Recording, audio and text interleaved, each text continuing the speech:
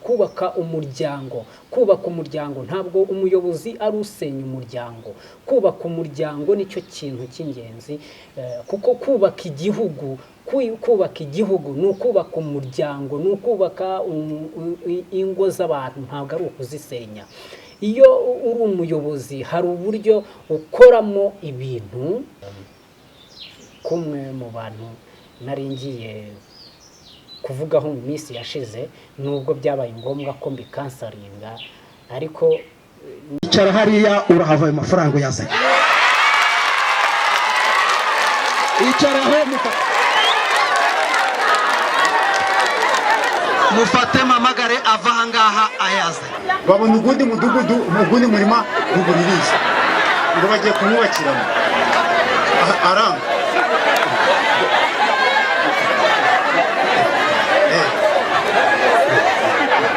Mugabo wowe watanze angahe hari? Musitari rero kuvugisha ukuri ni byiza. Ubu ndi umudivantiste musi wa karindwi muje muvugisha ukuri. Buriya jewe icyo ndi kuvuga cyo.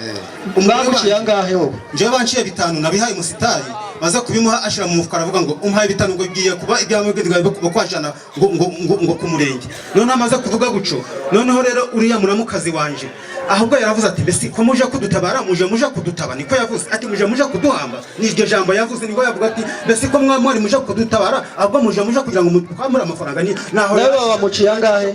Bamuciye 5. Umugore wanje no bamuca 5. Umugore wanje ko bica 5 nawe ngo nuko yageze hanze ngo akamara iminota 40.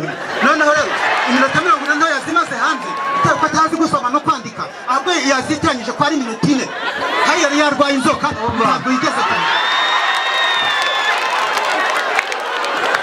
yatanze ikibindi cya 5. Umugabo nawe atanga ikibindi cya 5 n'umugore nawe atanga ikibindi cya 5, sibyo? Reka twumvikane. Icara hariya urahava ayo mafaranga uyazanye. Icara aho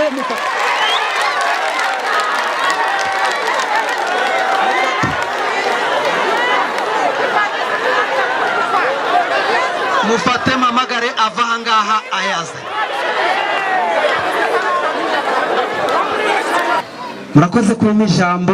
Nitwa Pastor Habiyaremye Philibert, nkaba nkorera mu itorero rya RBCR Ababatista bakandaza irondo, bambwira ko nintarirara baramfunga.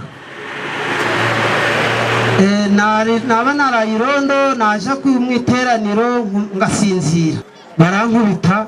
Ngize ngo ngiye kwa mutekano no kwa mudugudu, nsanga arimo bagezeyo barimo kubaha amafaranga. Nyakubahwa Meya, ndi umupasitoro kandi nagize akarengane ko kuba mu kwa 8 nabazwe mu nda, ibyo barabizi, kandi muganga yambwiye ko ntagomba kuba mu mbeho cyane, ko nshobora kuzongera kuremba. Ibyo byose nabyo barabizi. Mu mujyi wa Goma kudeta iba itangiye kototera Perezida Kisekedi. Umugabo arantwitse ariko nta kundi ngiye kwa muganga, gusa Imana nahamije izandengera inderera abana kuko ngiye babasha kuvuga. Naravugaga nahageze nigenza. Kubona hari abana benshi kwa baramubonye ubwiyambure bwe, nabyo urumva ni ikindi kintu. Ubwambure se yambaye ubusa buri cyangwa yari yambaye ubusa buri kubera nitwe twamwikuriyemo, twaramanye turamukurura kakaro kavaho nyine agahita gasigara hehe mu idirishya. Akimaze kwinjira bamuhaye akantu yitera nyine bavuga ngo adakomeza kugira ute kuba bamureba. Ahita yinjira mu nzu, ahita avuga ati umwana we nahise ngirute, nahise nanyaca muri rya dirishya. Kimara kuricamo bitanyirute fata umwana ahantu yarari tabara, sibyo? Ntaje nje mu butabazi. Niba nabonye abantu bose bari bahagaze ku muhanda, bari baranze hagize n'umuntu n'umwe ujyayo, ngare uburyo yatabara umuntu, bare ko basohora umuntu ave mu nzu. Nje naremeye nditanga, kubera nanjye hari n'igihe nari kugeramo ngahita miramo urumva ariko nyine nagize ute nakoze ubutabazi nditanga ubu si ubu tuvugana ubu madamu wa Bowaze ari hehe? Bowaze we wumvise cyangwa se wahamiriza abantu ko yaba ari hehe uyu munsi? Jewe ubu ngubu icyo nahamiriza abantu nuko njye nzi ko Bowazo afungiye kuri sitasiyo ya Kimisagara. Urabizi neza? Je ndabizi mpagazeho n'amaguru abiri kandi bivuze na kamera zose zirandeba n'igihugu cyose igomba kumbona ni wowe ariho ati ngo niwe wakoze igikorwa gifatika.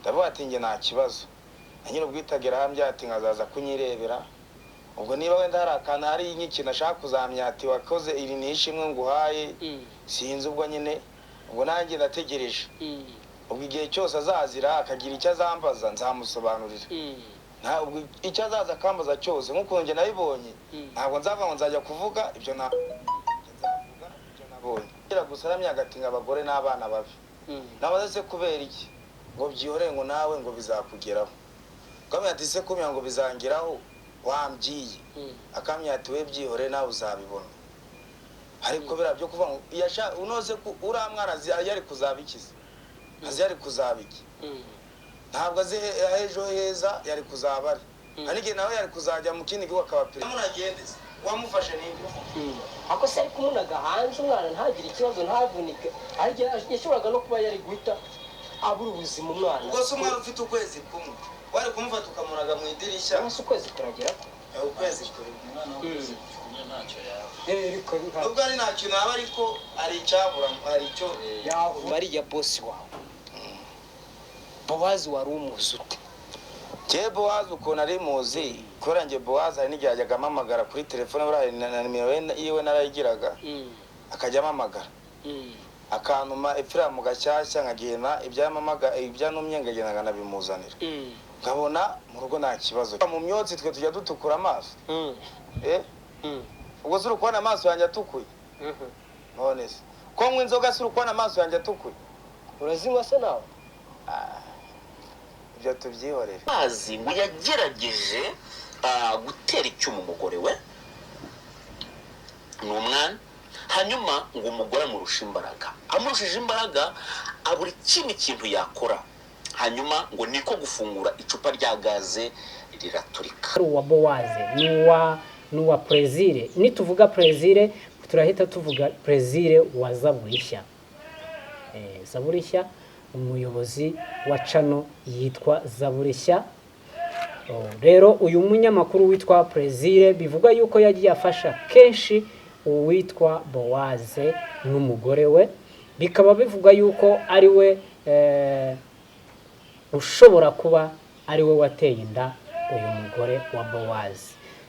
Ikaze mwebwe abakurikiye Icyo Uzaba TV nge muri kubona kuri kamera nkuko mubimenyereye banyita Theo 7 Pro. Murabizi ko tugenda tubategurira amakuru n'ibiganiro bitandukanye, by'umwihariko rero uyu munsi inkuru n'ubundi tugiye kubazanira ni nyinshi kandi zitandukanye.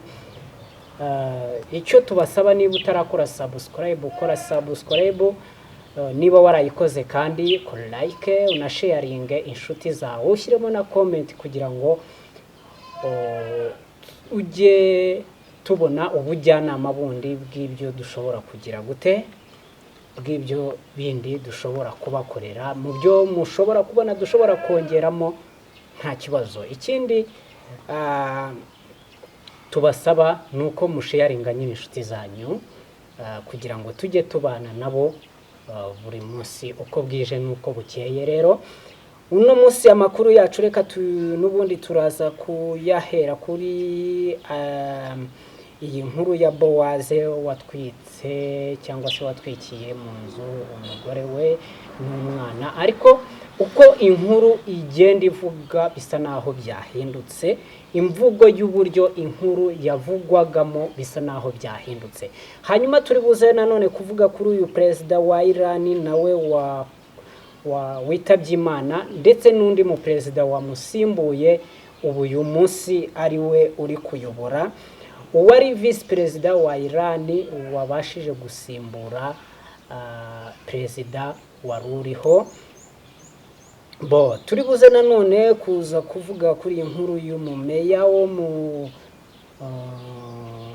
ntara y'amajyepfo, mu ntara y'amajyepfo, ntabwo ari mu ntara y'amajyepfo, sorry, mu majyaruguru, nawe turi buze kumuvugaho, aho yari yakoresheje inama y'abaturage, hari ibyo nawe turi buze kumuvugaho. Ikindi kandi nanone shuti bakundwa mukurikiye Icyo Uzaba TV, inkuru rero tugiye guheraho n'ubundi ni iyi ngiyi ya Bowaze. Inkuru yewe isa naho yamaze guhindura cyangwa se yamaze guhindurirwa umuvuno cyangwa se yamaze guhindurirwa imvugo, kubera ko uko babivugaga bisa naho atari ko biri. Twabonye inkuru yatangajwe na Ndahiro Valens Papi, bisa naho ariyo abanyamakuru bose cyangwa se itangazamakuru ryagiye rishingiraho, ari nayo yagiye yifashishwa kugira ngo bakore izindi nkuru, ndetse natwe niyo twifashishije, nubwo hari andi makuru twari twabashije kugenda tutara hirya no hino. Hanyuma rero iyo nkuru uko ubu ngubu iri kuvugwa biratandukanye cyane kuko ubwashize twavugaga yuko Bowaze yaturikije gaze kugira ngo bahire mu nzu. Indi nkuru rero iri kuzira irimo iravugwa ko Bowaze yatwitse rido zari ziri aho ngaho mu nzu agafatisha ku ntebe, bikaba ari byo byatumye inkongi y'umuriro igaragara cyangwa se ifata inzu yose. Hanyuma indi nkuru iri kuvuga ko mu buryo impamvu yateye Bowaze gukora ibyo ngibyo n'ubundi iracyari yayindi, nuko umwana bavuga yuko yabyawe cyangwa se umwana wabyawe n'umugore we atari uwa Bowaze, bikaba bivugwa yuko uwo mwana ari uwa bikaba biri kuvuga ko uyu mwana bari kuvuga ko ari uwa Plaisir. Hanyuma bakaza kuvuga n'undi muturanyi wari uturanye na Bowaze w'umusore, yuko bavuga yuko uyu mwana ari we ari uwo musore wabaga muri icyo gipangu. So rero urumva ni inkuru iri kugenda itarabona umurongo wa nyawo, gusa igihari cyo nuko ibyo byarabaye, ariko ntituramenya niba umwana ari uwa Bowaze cyangwa se atari uwe. Ntituramenya ngo niba atari uwa Bowaze n'uwa Plaisir. Nituvuga Plaisir turahita tuvuga Plaisir wa Zaburishya. Zaburishya, umuyobozi wa channel yitwa Zaburishya. Rero uyu munyamakuru witwa Plaisir bivuga yuko yagiye afasha kenshi uwitwa Bowaze n'umugore we, bikaba bivuga yuko ari we ushobora kuba ari we wateye inda uyu mugore wa Bowaze. Ibyo rero bikaba byarakongeje umujinya wa Bowaze, bituma yumva yuko yakwiyamura ubuzima ndetse n'umuryango we. Ikindi cya kabiri Bowaze nuko mu makuru y'ibiri kuvugwa nuko bavugaga yuko yatwitswe na gaze, ariko andi makuru ya ahari nuko Bowaze biri kuvugwa yuko atigeze atwikwa na gaze, ahubwo yatwitswe n'ibiryo bari kurya, yabimennye ku mugore we, hanyuma umugore we nawe abimumenaho. Ni ukuvuga ngo byari biri mu gisororo yari abifite, umugore we abimumenaho mu maso. Niyo mpamvu mwabona biriya bikomere cyangwa se n'ibyo muri kubona aho ngaho kuri thumbnail ya video, ngaho niho ibyo bikomere byavuye. Bivugwa ari uko rero Bowaze yakinze inzu akimara kuyikinga, hanyuma agakongeza amarido, agakongeza n'intebe, hanyuma byarangiza bigafata inzu yose. Bivugwa yuko umugore yahise afata umwana akamucisha mu idirishya akamujugunya hanze. Uyu mwana ndagira ngo nkubwire ngo yari umwana w'ukwezi kumwe, yari amaze ukwezi avutse. Yamunyujije mu idirishya amujugunya hasi kugira ngo ataza guhera cyangwa se gutwikwa n'uwo muriro wari umaze gukongezwa muri iyo nzu. Hanyuma rero amakuru y'ibiri kugenda bivugwa nuko intambara cyangwa se intambara yari yahereye kare. Umujinya Bowaze yagize bivugwa yuko ari nawe wakongeje kugira ngo Bowaze afate ayo marido ayakongeze mu nzu, umuriro ufatwe, inkongi y'umuriro hafate. nuko habayeho ko hari habanje kuba intambara. Ni amakuru y'ibiri kugenda bivugwa hirya no hino. Hari hamaze kubaho intambara, umukozi ndetse n'umugore wa Bowaze barwana na Bowaze, bivuga yuko Bowaze yanakubiswe ndetse n'umukozi ndetse n'umugore we. Bakimara kurwana nibwo ngo yagiye mu nzu akikingirana, umugore yagiye mu nzu arikingirana ndetse n'umukozi arikingirana, bituma rero Bowaze aribwo yahise abura uwo barwana akongeza ayo mashuka. Rimwe mu magambo yavuze ati nubwo mukoze ibyo ngibyo ariko ngiye gukora iki, ngiye kubereka ibigiye kuba mu byirengere. Ayo ni amakuru y'ibiri kuvugwa, ntabwo ukuri nyako kurajya ahabona kubera yuko biri kugenda bivugwa mu buryo butandukanye. Bamwe baravuga yuko umukozi yari yasohowe hanze, Bowaze yari yabwiye umukozi ngo asohoke hanze hanyuma agaturitsa gaze, ariko icya gaze cyo kimaze kuvaho kuko kimaze kuvugwa n'abantu benshi yuko gaze itigeze iturika, ndetse n'abari bahari bavuga yuko iyo gaze bayisohoye ikirimo, nta kibazo yari yageze. So ngayo nguko rero. Hanyuma reka tuve kuri iyi nkuru ya Bowaze tujye kuri iyi nkuru y'uyu mumeya mu karere ka Musanze. Njye n'ubwa mbere ngira ngo hari n'ubwa mbere mbonye umumeya ukoresha inama nk'iyi. Byaba byiza cyane kuba uri umunyagihugu cyangwa se uri umuyobozi ukora ibikorwa nk'ibi, kuko akarengane ntekereza yuko kagabanuka. Reka tubanze twumve aya majwi. Baza kubimuha ashira mu mufuka aravuga ngo umpaye bitanu ngo giye kuba ibyawe bw'indiga kuba kwajana ngo kumurenge. None amaze kuvuga guco, noneho rero uriya muramukazi wanje ahubwo yaravuze ati besi ko muje kudutabara, muje kudutaba, niko yavuze ati muje kuduhamba. Niryo jambo yavuze, niko yavuga ati besi ko mwari muje kudutabara, ahubwo muje kugira ngo mukwamura amafaranga ni naho bamuciye angahe, bamuciye 5. Umugore wanje nawe bamuca 5, umugore wanje kubica 5 nawe ngo nuko yageze hanze bakamara iminota 20. Noneho rero iminota 20 yazimaze hanze atazi gusoma no kwandika, ahubwo yazitanyije ko ari iminota 4. Hari yari yarwaye inzoka ntabwo yigeze yatanze ikibindi cya 5. Umugabo nawe atanga ikibindi cya 5 n'umugore nawe atanga ikibindi cya 5, sibyo? Reka twumvikane. Icara hariya urahava ayo mafaranga yazanye. Rero n'ubwa mbere njyewe ibi najyaga mbibona kuri nyakubahwa Perezida wa Repubulika y'u Rwanda Paul Kagame, kuko ngira ngo hari turamutse tugiye tubona abayobozi bafata umwanya nk'uyu nguyu bakaganira n'abaturage bakumva ibibazo byabo, n'ukuri byaba ari byiza cyane, kuko hano uyu muyobozi ni ukuvuga ngo yagiye yumva ibitekerezo by'abantu, n'uburyo yagiye abikoramo ni mu buryo bugaragara ko butanga igisubizo ku muturage cyangwa se ku muntu, kuguha icyizere umuturage wese, kugirira icyizere ubuyobozi.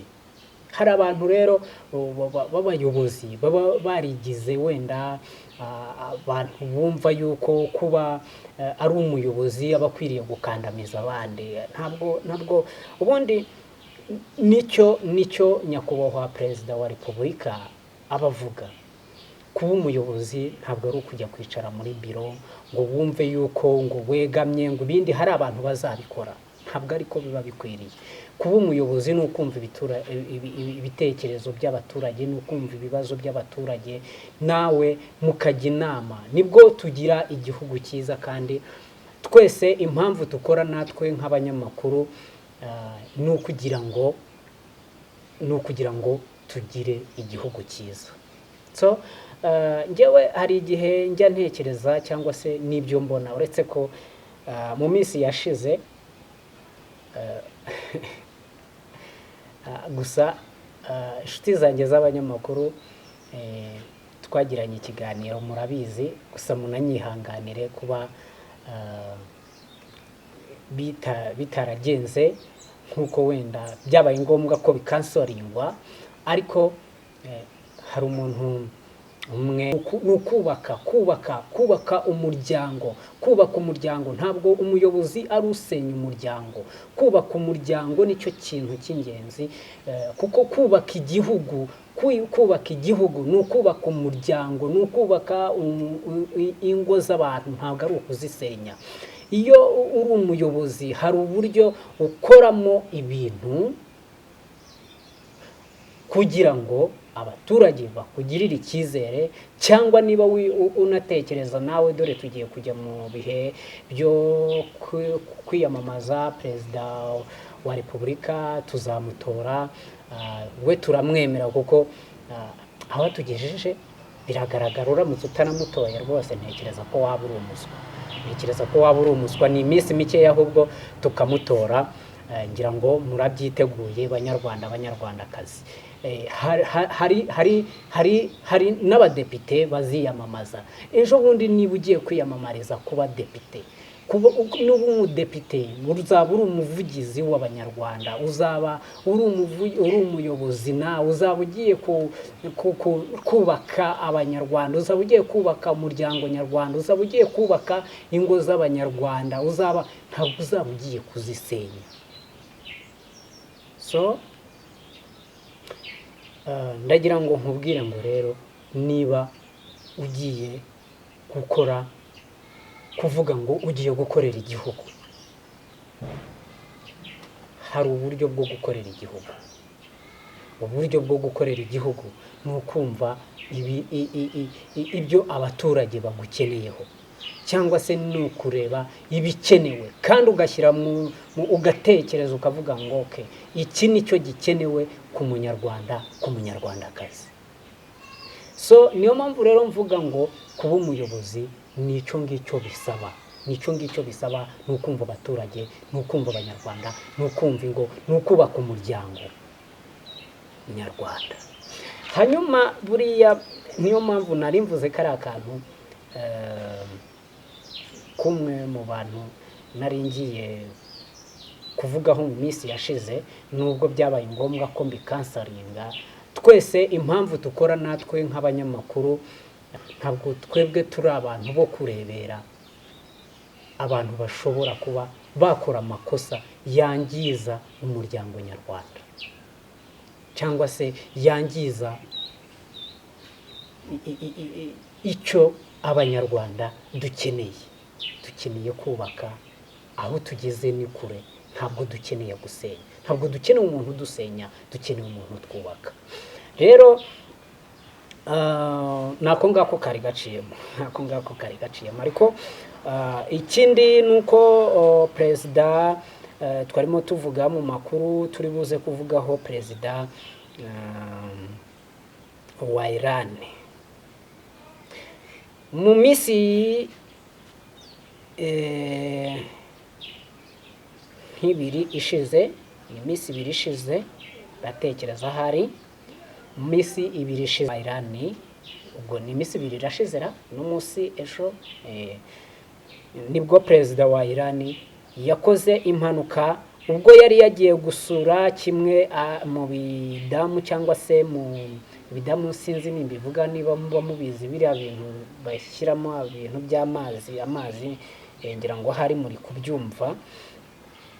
Uyu mu perezida yari yagiyeyo, hanyuma ngo kajugujugu ibura kiribure, cyangwa se ibura uburyo iparikamo, imaze kubura uburyo iparikamo, irangije irahanuka.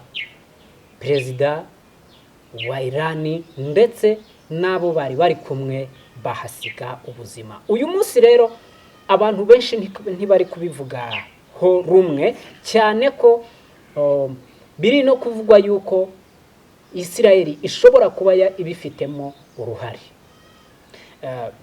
cyane ko n'ubundi igihugu cya Isirayeli kitari kibanye neza na Irani kuva ino ntambara ya Gaza yatangira, ndetse byarushijeho kuba ibikomeye cyane cyangwa se kuba agaterera nzamba.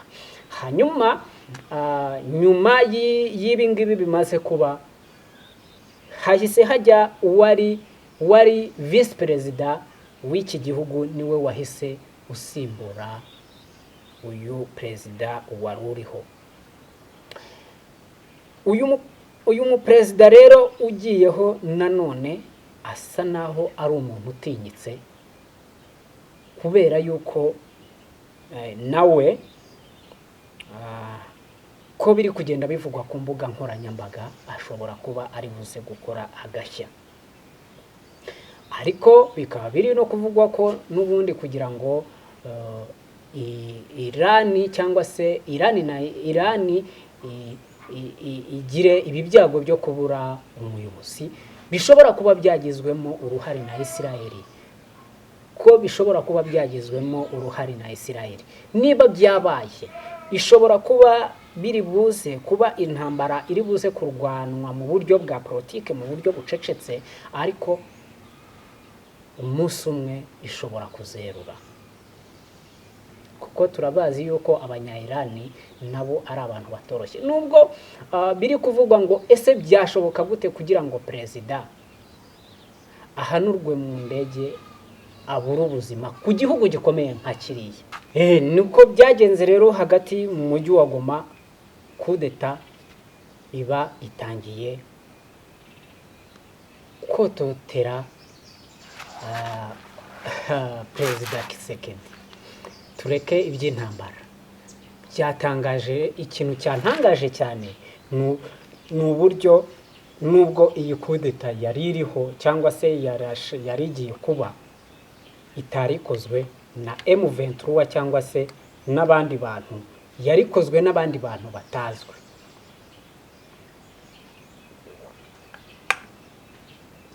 Ngiye nkimara kumva kudeta nahise ntekereza ko Tshisekedi M23 ari imukubise kudeta. Nubwo iyi kudeta yaburijwemo, ariko abantu benshi bakaba bavuga yuko ishobora kuba ari pranka yateguwe n'ubutegetsi bwa Tshisekedi.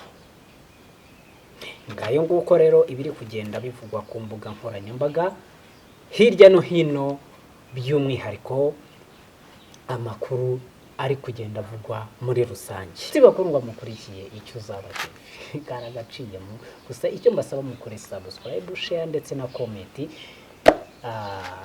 Ahasigaye naho